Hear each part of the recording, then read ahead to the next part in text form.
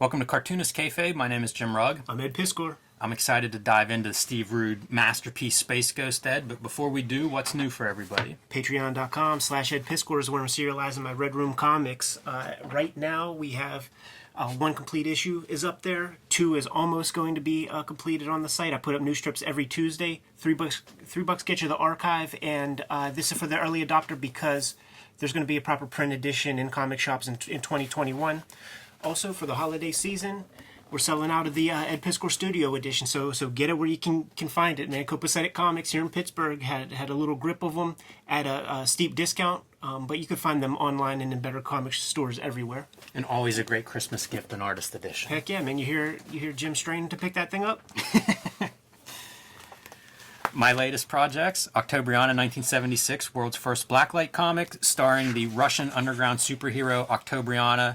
This is available wherever comics are sold, as well as online. You can get it through Comixology or my website, jimrugg.com, where you can also pick up the Octobriana Process Zine. 350 pages of every draft that went into this thing, as well as notes behind the scenes. So get that if you're into the process side. Also, Street Angel, Deadliest Girl Alive. This is the Image collection. It's full color, 240 pages of ninja action on a skateboard. Perfect superhero comics for any age group.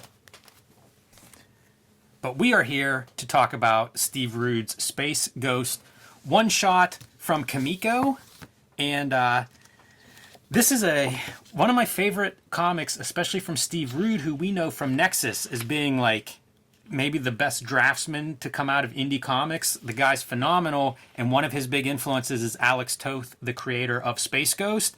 So whenever Rude had a chance to do a Space Ghost comic, I think he jumped at the chance. And we get it right from the beginning, the foreword by Steve Rude talking about Space Ghost, what it meant to him as a kid finding it. And he doesn't name drop Toth here, but he does in other places, in interviews and stuff talking about process.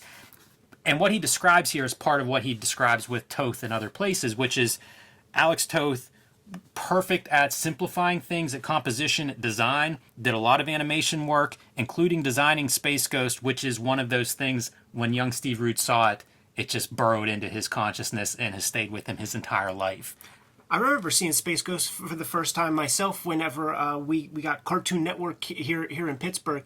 Never heard of it, and when I saw it, I was like really freaking blown away by that art. It was standout stuff. When you discover that Steve Rude is a Space Ghost fan, it makes so much sense when it comes to Nexus. Yes, totally. Because Nexus is just Space Ghost with a different costume. Very much so. And I'm sure we'll get into Nexus at some point. But I want to run down the list. This is written by Steve Rude and Mark Evanier. Mark Evanier, longtime collaborator with Jack Kirby. Or at least, I think he was an assistant with Jack Kirby for a while and has written a lot about Jack Kirby. So super into Jack Kirby. If you look at Steve Rude's, like his big two influences, it's Alex Toth, creator of Space Ghost, and Jack Kirby are the two that he cites, right off the bat in interviews, process, any of that talk. And so I feel like teaming up with Mark Evanier, probably one of those great side effects of this, but it's his major influences here in a way. Makes perfect sense too, because Mark Evanier was doing a lot of writing for animation in these 1980s. You'll see his name on a wide range of Saturday morning cartoons.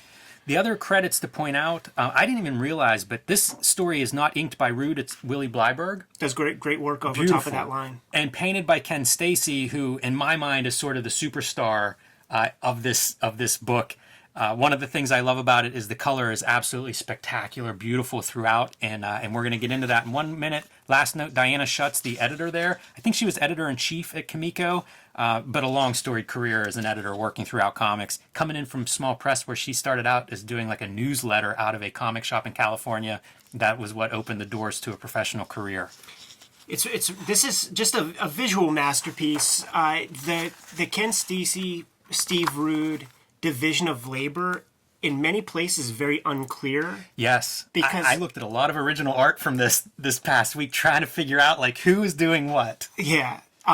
It's wild because I mean these backgrounds are super well done, and I always fantasized about doing a comic that was kind of like animation process where you have black holding line, flat color for your main characters, and you do like a painterly kind of background. Now, you laid out all of those creatives that went involved into making this. Can you go back one real quick? There is no letterer mentioned, and that is the flaw of this comic. That's weird. I think the letterer is probably a very good letterer, whoever it was, but I think that they don't want to be credited because there's all these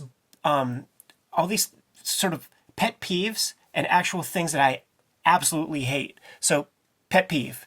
Captions way too close to the characters. You really got to give your lettering some room to breathe. It's more pleasing to read. It starts to get fuzzy. The other thing that I absolutely hate, I friggin' abhor, and it makes me insane whenever I see it in comics, is bad panel placement that fucks up the readability, because I'm sure you have people in your life, I have people in my life that say, oh, I don't know how to read comics. Yes. You read this, you read this. No, you read this, you read this, then you read this. That's very true. And Eddie Campbell has written about that. Typically, you read the panel, the word balloon that's closest. Right. And those really do just go right across the page. Yeah, it's a good point. The lettering is done on an overlay. Like whenever I was looking at the original art, all the art's one piece.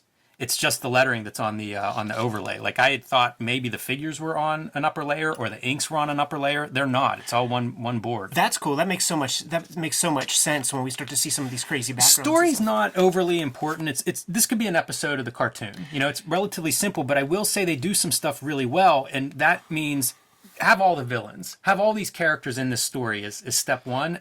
Of course. I mean, you like the designs, put them in there. If you're a fan of this stuff, as Steve Rude clearly is, this might be your one shot. So you got to draw your dudes. Yes. You got to draw the dudes. It's important. And one of the hallmarks of animation and animators as drawers, the thing that I marvel at the most is that the animator somehow can find every perfect line to lay down, to communicate what they need to. And there aren't many people in comics that could do that. I think that even Alex Toth has rough edges on some of his illustration, but Steve Rude here, and I guess with some help from that inker, like they found the perfect lines. Yes. Yeah, it really stands out. That's one of the things that would draw me to this initially is like the figure works so good and it's one line for a leg. You know, you don't need to do a million rendering things. This is where we talk about the division of labor and be like who the heck did what here, man? Because it's so much color. Probably a lot of Ken Stacy doing the heavy lifting there. Yeah, I assume it must be drawn in pencil. Yeah. And then Stacy gets hold of it and does his color, and then it's inked over top, maybe? That's my best guess for division of labor, but it is something I couldn't figure out from reading interviews and trying to prep for it. But also the ships are really well done, you know. And this is again, if this is your love letter to Space Ghost, you're trying to get it all in. So, you know, we've read Steve Rude talk about how Toth, all the aliens were cool designs and different. All the ships were cool designs and different, and some of the stuff that he really praised. This is really neat. We get into a flashback with these characters to give some background of some of the players that are involved and what their history is. Often for flashbacks, you know, you round the edges. Really cool whenever. This is the panel where Space Ghost starts to think back, and it's like the panel edges start to conform. I also love the palette of these warm yellows whenever you're inside the ship, contrasted with the blue of outer space. And blue outer space, this would be black now if somebody did it. Totally. And it would lose so much. You know, like that blue just sings. Yeah, and it's a distinctly Stacy palette. Like I could look at these colors and be like, oh yeah, that's him. And I dig so much of his stuff. When he starts to do like the later period Spawn and all that, I don't feel it as much, but this is an incredible tandem. Yeah, and you're seeing a lot on display. Some of this stuff is airbrushed and some of it's painted, you know, I think with more traditional brush methods. A lot of effects too, you know, like some of the whites for lasers and the yellows and greens for the lasers and everything. Overlays of like a character who's coming in and, you know, talking to this character, giving him orders, but not there physically. It's a great effect, man, the whole thing. And Rude is perfect. Such a beautiful comic. I think these guys must have got some awards and stuff for this, right? I think I remember seeing like maybe Harvey's or something. Yeah, I think they did Best get single some nominations at the very least. And if they didn't, something's wrong with those award panels because like no comics look this good. I know. Look at how bright it is. I see this and I think like, why don't more comics look this way? You know, this is 1987 that they're able to produce color at this quality. So with all this stuff that we've been talking about like the the division of labor and the incredible line work, now let's get white lines into it. And how does that work? Yeah. I wonder if that's man, I did not see a page with this, so I can't tell you if that's some kind of an overlay or if that's a printing effect or if that's on the board. I really don't know. Metallus. There's some really good storytelling stuff with the monkey when he gives Space Ghost his bracelets back, and I want to make sure that I am paying attention when we get there. There are some slick pieces there. This whole page is kind of fun where Metallus is like, "It's you? You're zero, you're nothing." Like he just walks away from him. I love this ship. We're going to see it a couple of times, but it has this like this green bubble window, so keep your eyes peeled for that too as we get into it. But all of the ships, man, Space Ghost ship, just beautiful, right? Just perfect lines, a lot of French curve work, and just like these slick machine built lines that are just it's perfect inking. They do really well if like the color style is so much like a traditional piece of animation, like cell animation painting and stuff, and yet they deviate from that whenever it comes to like your figures. They're not being stuck like we want it to look like an animation cell. It's a great marriage because like those foreground figures are inked masterfully like a comic book inker. Sure. I'm shocked that there aren't comics that look like this just based on, there are comics that are like, animated characters or all ages or all these different things where like this kind of a treatment would fit really well and would look amazing. And I realize everybody can't do Steve Rude, Ken Stacy. Couple good tries. But there's things you could do. In comics though. Mike Allred and Jay Bone did Spaceman and a couple other things for AAA Pop with this idea in mind of like black holding line, animated style background. Good colorist with, I'm sure Laura Allred would have been doing the colors on that. You do need a certain level of talent, I guess, if you're going to make something look that good. But it does feel like, hey man, comics have a history of just, knocking off whatever looks good or sells or whatever. Copy this, people. Why not? You could do a lot worse than copying this. I'm sure this is super time consuming. And this is like surely a labor of love that they were stoked on and did it, but who knows if it was like financially rewarding. Great poses. Oh yeah. With the little wrist gimmicks. Yeah, it's all wonderful. I was staring at this last night, finishing up my notes and just marveling at.